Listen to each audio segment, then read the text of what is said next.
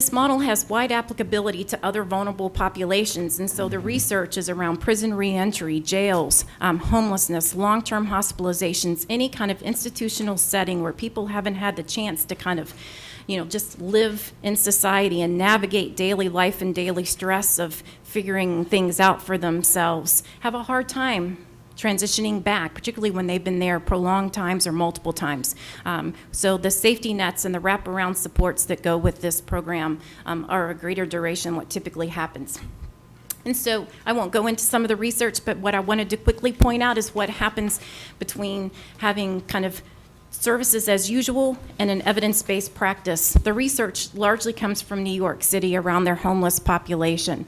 And one of the things that will happen as part of our outcome study here is that at least 6 months following release from the program, we'll contact people and say, are you still in housing? Do you still have your job? Have you been arrested again? What's the quality of your life? And this just goes to show a little bit of that early research that 27% of people who have been hospitalized multiple times with usual services opposed to 18% with CTI. And you look at kind of the cost savings and the return on investment, never mind kind of quality of life, and we're talking about potentially huge cost savings. And then the greatest effect that you see is around homelessness. 19% that received usual services, 5% that successfully exited homelessness with this service. So one of the things that's different about this service is typically what happens because just because you commit a crime does not mean that you have a mental illness. And things happen so quickly inside the jail, even with a jail mental health team, a lot of what happens is basic triage. So a full assessment of needs, much less quality release planning, just doesn't have time to happen because of the volume and the complexity of people that are currently detained. And so one of the things about this team that's very different is that it's all community-based, so it includes home visiting. There's no clinic-based appointments that says, remember Thursday at 3 o'clock you have to get out to such and such a place, and do you have bus passes, and please don't forget to come. Everything is delivered to wherever they are. And these are some of the 7 focus areas of part of their release planning and their wraparound supports. And I just want to kind of talk quickly about the role of housing. And I have been in kind of public mental health for more than 25 years as a clinician. And one of the things that I have come to believe, if we do not successfully house people, it is almost impossible to successfully treat people.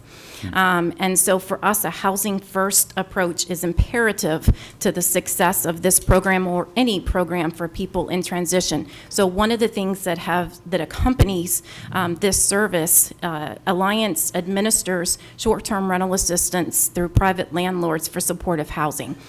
We have donated $50,000 to pay for long-term rental assistance for people that are in this program. So that gives them time to save money, it gets them time for employment, it helps them learn budget skills, and we have a pool of landlords, not enough, but enough to begin with, that are willing to rent to the people that we serve who also come with bad credit and criminal histories. So our goal in this program, and it is an ambitious goal, but I will kind of publicly lay testimony to it tonight, that 100% of the people that enter in this program released from the jail will have housing. So we are committed to that both financially and in terms of kind of our partnership with landlords. So why we selected the jail population, and this is the part where I always have to kind of look back and give credit to my dear friend Major Trotter, because without him we would not be standing here.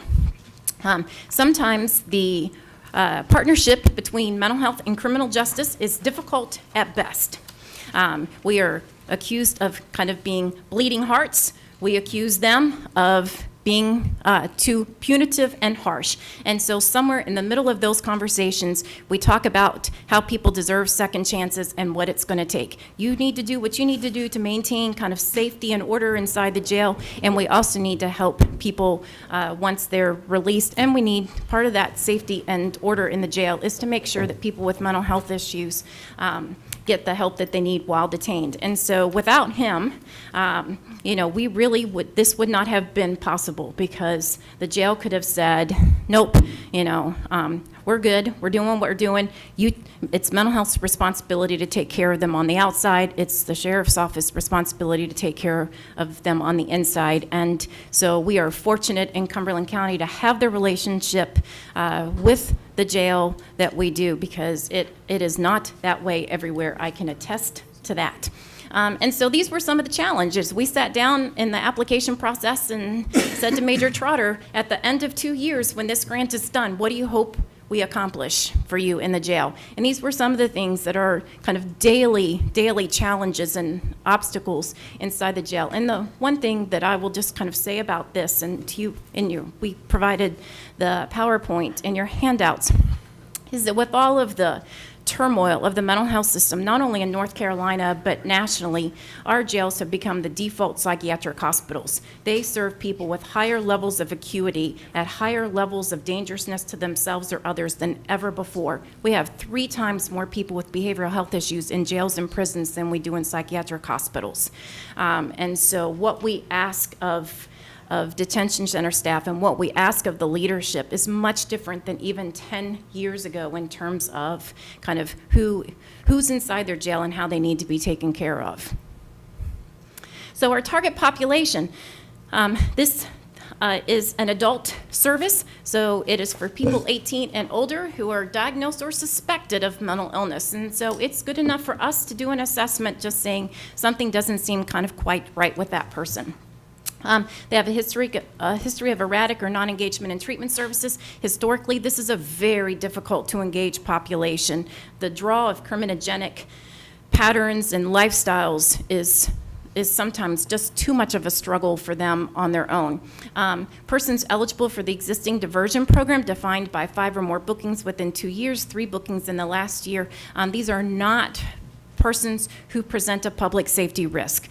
So we're talking about misdemeanor, low-level, nonviolent felonies. And in 2014, there were 55 people referred to the diversion program.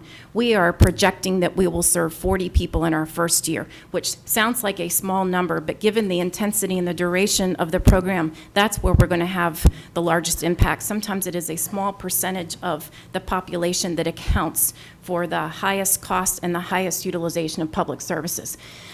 Based on the data of the diversion program, there was a significant majority of 18 to 30-year-olds, so they will be kind of priority population for this. They are young in their mental illness, and they are still fairly young in their criminal history, so we think that that's kind of the opportunity for the greatest turnaround in the trajectory. And we will also take other referrals from the jail mental health team. And so last but not least is how we're paying for this. Currently, we have 2 years of funding as part of the Crisis Solutions Initiative. 2 years ago, the General Assembly released a little more than, $5-6 million to the Department of Health and Human Services to improve crisis responses across the state. And there were certain mandates to that. We were one of 4 sites selected across the state for CTI. We are the only site that has exclusively applied this model to the jail population. And we are getting a lot of attention for that. There's great interest in kind of how we will do this. It's about $554,000 in 2 years of funding. Our first year of funding did not come to us until late April. Clearly, that was not enough time to spend $188,000. We've requested that money be rolled over into this year, and so we'll have at least 1 full year of implementation once the General Assembly closes session and certifies the budget. None of the federal block grant money can be released to us until the budget is certified. The good news is that once we get past the funding period, there is a draft service definition for providers to be reimbursed with a billable rate. We're going to cost model that. We think that it is a sustainable rate. There are many things that come across in mental health that do not adequately pay for the cost of the service. We think that this gets pretty close to that, and so we will be carefully looking at at that. It is not a Medicaid service definition, although people that are Medicaid eligible can be billed on that until it does become a Medicaid. So this is a service available regardless of insurance. And that is, I think, kind of the very quick summary of things that are moving quickly. So. All right. Questions? Mr. Evans, I think you had your light on. Thank you, Mr. Chair. And with not overlooking anyone, I want to thank everybody involved for this program. It's very much needed. And also, I applaud you for what's being put into place or what's in place right now. I have just a couple of questions for a point of clarity and for understanding. I do realize that once you're incarcerated, it's easy to stay clean and to get away from all the ills that individuals face, such as substance abuse and other ills. You stated that there's a 6-month intensive outpatient treatment for substance abuse. And I hope I'm not going down the wrong way with asking these questions, but I just want to understand. Once you realize that an individual is not successfully completing that outpatient treatment, because it's really kind of difficult for individuals that have been involved in, and substance abuse for a period of time, to pretty much just completely stay away in outpatient. Is there something put into place where there's inpatient treatment, a 30-day program, or do you all refer, do you stay with them long enough to make sure that if they relapse, that they're afforded the opportunity to inpatient treatment as well? Certainly. I mean, anybody that is relapsing or is a danger to themselves or others will be constant assessment for a higher level of care for their own sake. So certainly in the course of working with the CTI team as part of the assessment, once they're released from the detention center, if somebody is referred to one of our substance abuse programs, CTI can attach itself to that program because most of our, with the exception of ACT, and especially our substance abuse programs, are all clinic-based. So somebody has to get themselves there. And unlike CTI, who can provide some transportation, do reminders of those appointments, look at kind of methadone treatment, whatever the case may be, it's their responsibility to link them to those community resources and to assess whenever somebody would need a higher level of inpatient care, including detox. Okay, final question. I applaud our chairman, Commissioner Edge, and the Board of Commissioners. Homelessness is one of our priorities. And a lot of us we realize that with homelessness comes substance abuse. And you talked about housing here and finding housing for these individuals that are dealing with those issues. Whenever there's a need for a person to be located in some type of housing, and maybe this is too technical of a question or too, but I'm just curious to understand what you think about it. We have a substance abuse problem here in Cumberland County in a number of low-income areas. And there's a lot of housing that's being placed there that say that they're helping homelessness and those individuals dealing with substance abuse.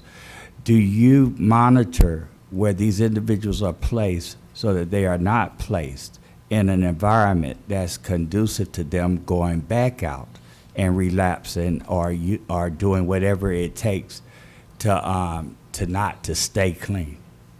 That's an excellent question and an excellent point. And the answer is yes. Since we use a private network of landlords, we don't use group homes. We don't.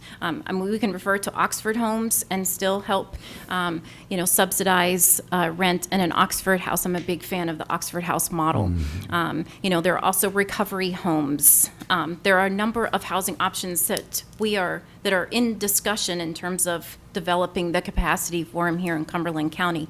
But when we use a private landlord, we vouch for kind of that they are a good business person, they are a good person to the best that we are able. We monitor kind of the cleanliness of the apartment, the complex, and anything else. So we work closely with our landlords. We have a housing specialist. That person's job is to establish relationships with landlords as our customers.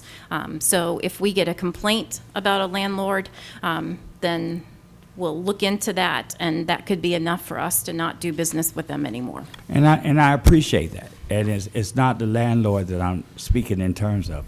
I'm talking about the general environment, the community, the neighborhood in which that house is.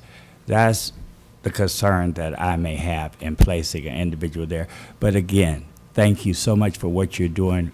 I know I personally appreciate what you're doing, as well as the rest of the Board of Commissioners, and thank you again for everything. Thank you. Commissioner Council. Yes, thank you very much. Now, don't try to steal Major Trotter. Oh, From no, us. no. Okay. I need him here, so, yes. He stays here. Yes. Now, I am very happy about that, the collaboration also.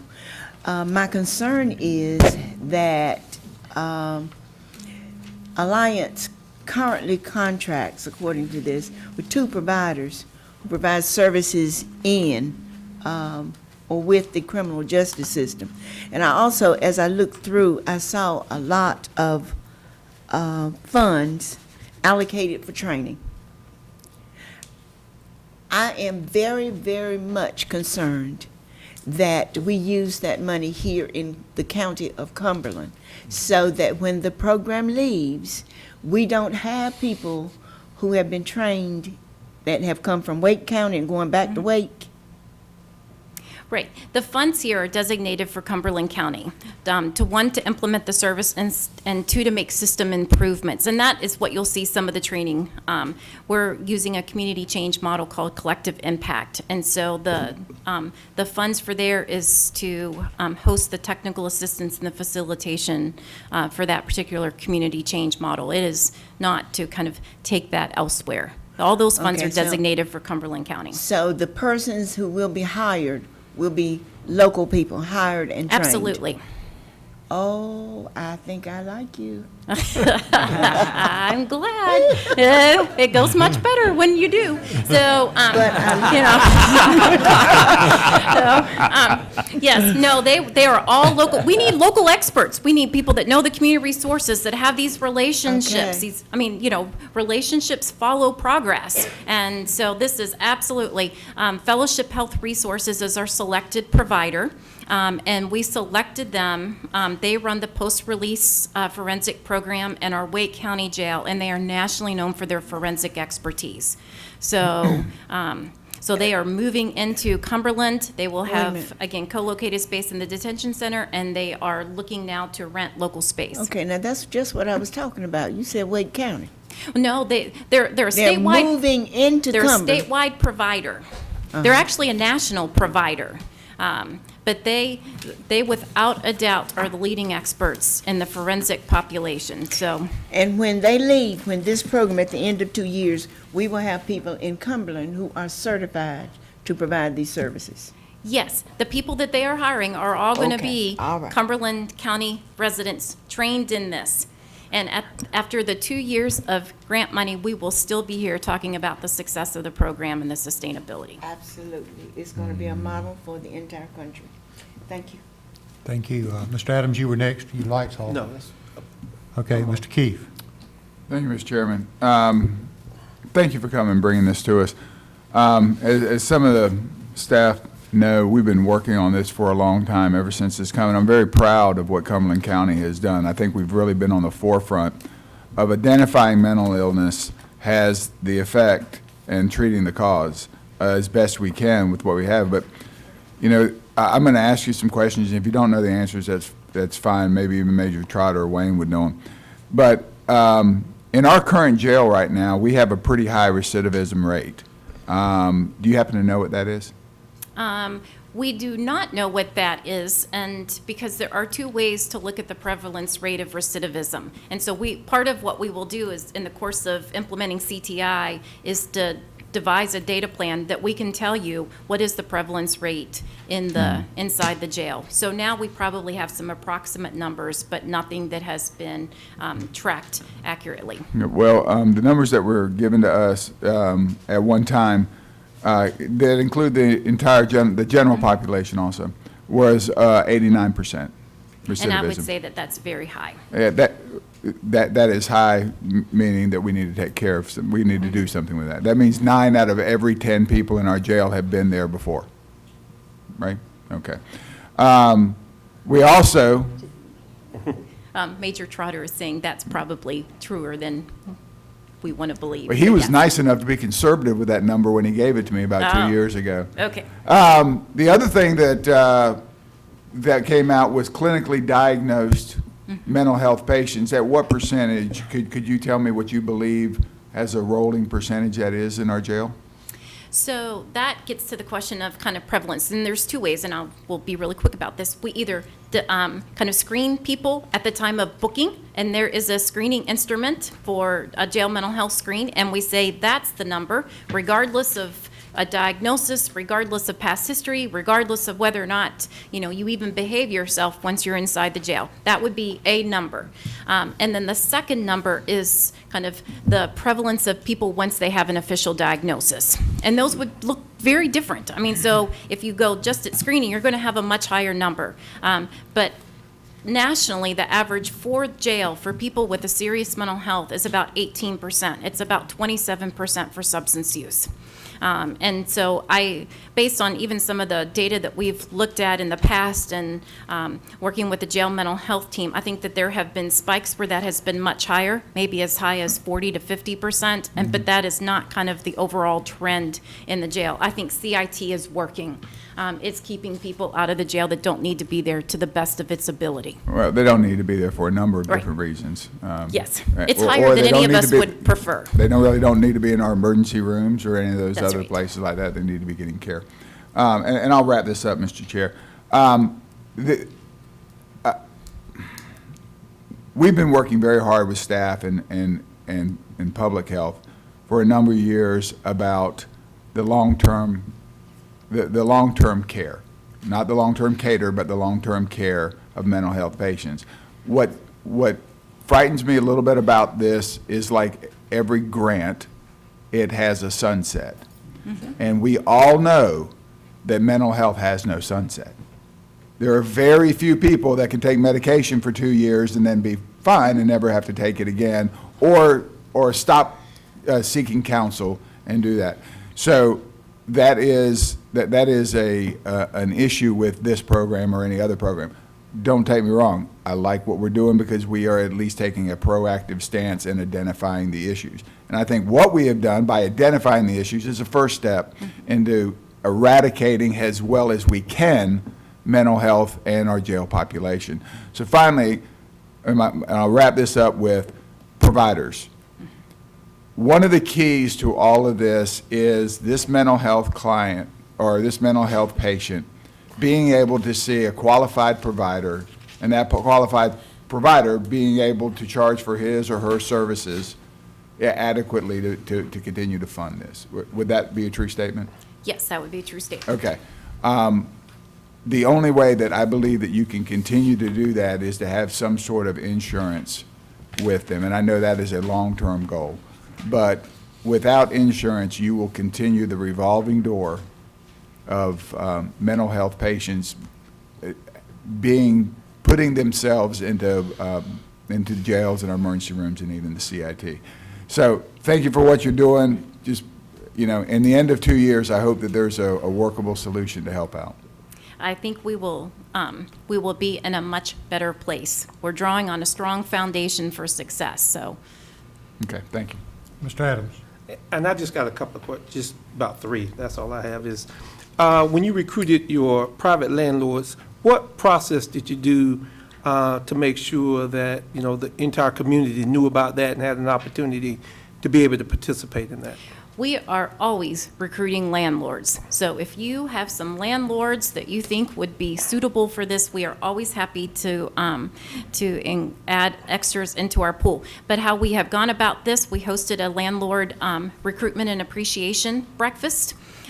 We have worked with a small core group of existing landlords, and so a lot of it is word of mouth. People can vouch that Alliance has, honored its commitment to pay on time, that we've honored our commitment to supervise and monitor people in housing, and that if there are any disputes between the landlord and the tenant, that we will help work them out. And so a lot of how we have grown in our landlords is through word of mouth. Okay. And I know we got like a 10% administrative fee, so could not some of those funds be used to, I guess, advertise?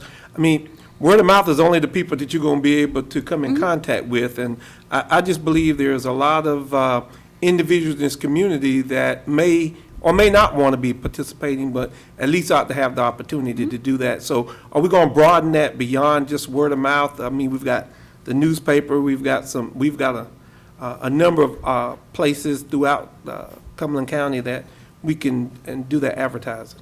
Certainly. I mean, we could campaign. I guess that was just a recommendation, I guess yes. is what I'm saying. Well noted, sir. Thank you. And I'd like, I saw that it's 40 people minimum, I guess. How many post-forensic teams are you going to have? I think it's 1 per 20, if I'm not mistaken, when I was looking on page 12. So what are we looking at?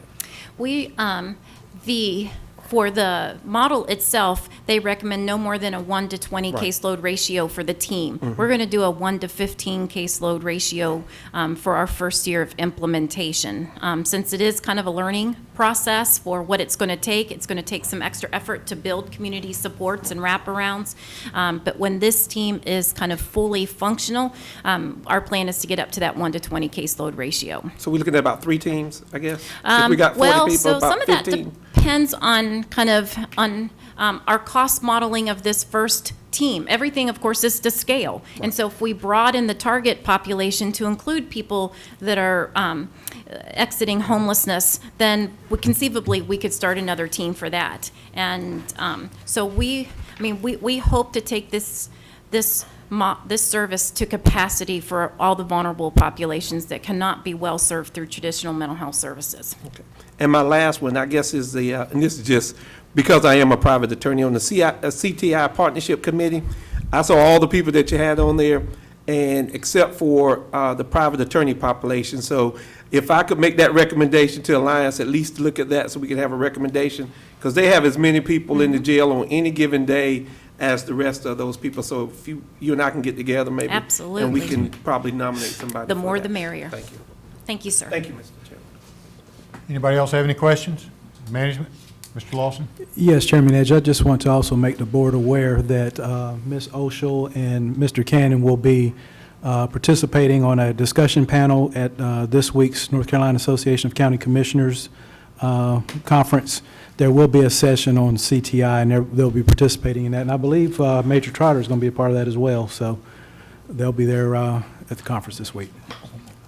Ann, thank you so much. Thank you so much, Ladies Chairman. and gentlemen, I have the opportunity to meet once a month with Ann and the rest of the staff, and I can tell you that Ann is very competent in what she does, and we're lucky to have her on staff. As you can tell, she knows her stuff.